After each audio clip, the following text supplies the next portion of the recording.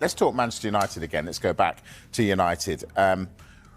Feels like there's quite a lot to be sorted out for them. Let's just run through these. Mark, if you start with Marcus Rashford on the end there. Yeah, we got some information earlier on this afternoon on Sky Sports News with regards to any potential move to Barcelona, which we are being told is receding by the day. That's because the sporting director at Barcelona, Deco, has said the most important thing is contract renewals.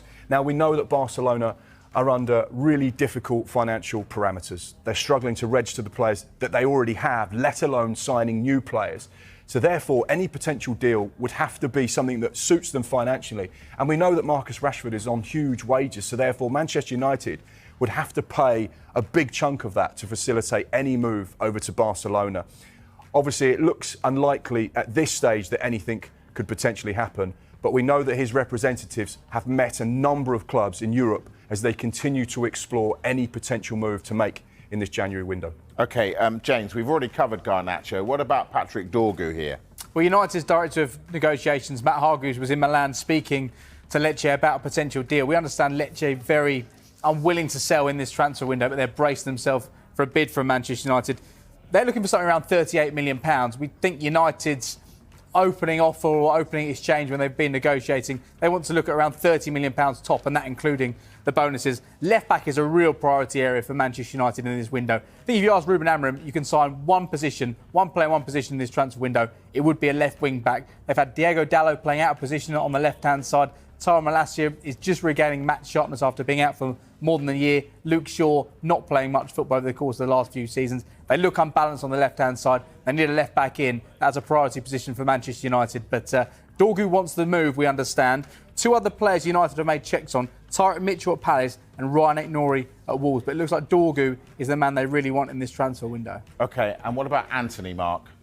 Yeah, just waiting for official... Mark Anthony, yeah, OK, fine. Yeah. Just waiting for official confirmation on this one. Real Betis loan, all agreed.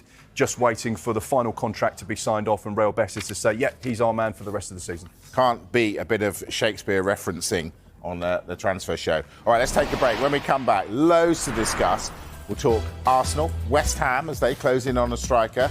Could it be one in and one out at Celtic? Well, it might be. Stay with us and find out. See you in a moment. Brighton, but what about the situation at Manchester United? Well, club officials left Italy last night. That is after holding talks with Lecce over a deal to sign Patrick Dorgu, and they held discussions as well with Napoli over a move to sell Alejandro Garnacho. Dave, just sort of set the scene for us. Where are we with both of those? Yeah, so talks have been held this week. We've seen pictures of those Manchester United officials in Italy, where they've been holding talks with Lecce over a move for Dorgu. It's expected that United will formalise their interest with an offer for the player.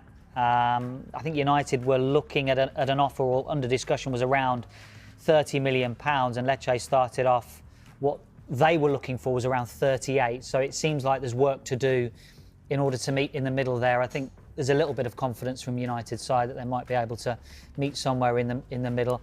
And then similarly on Garnacho, there's a bit of a gap between what Napoli are willing to offer and what United are looking for. Napoli were looking for an offer or a fee around £46.5 million as a total package.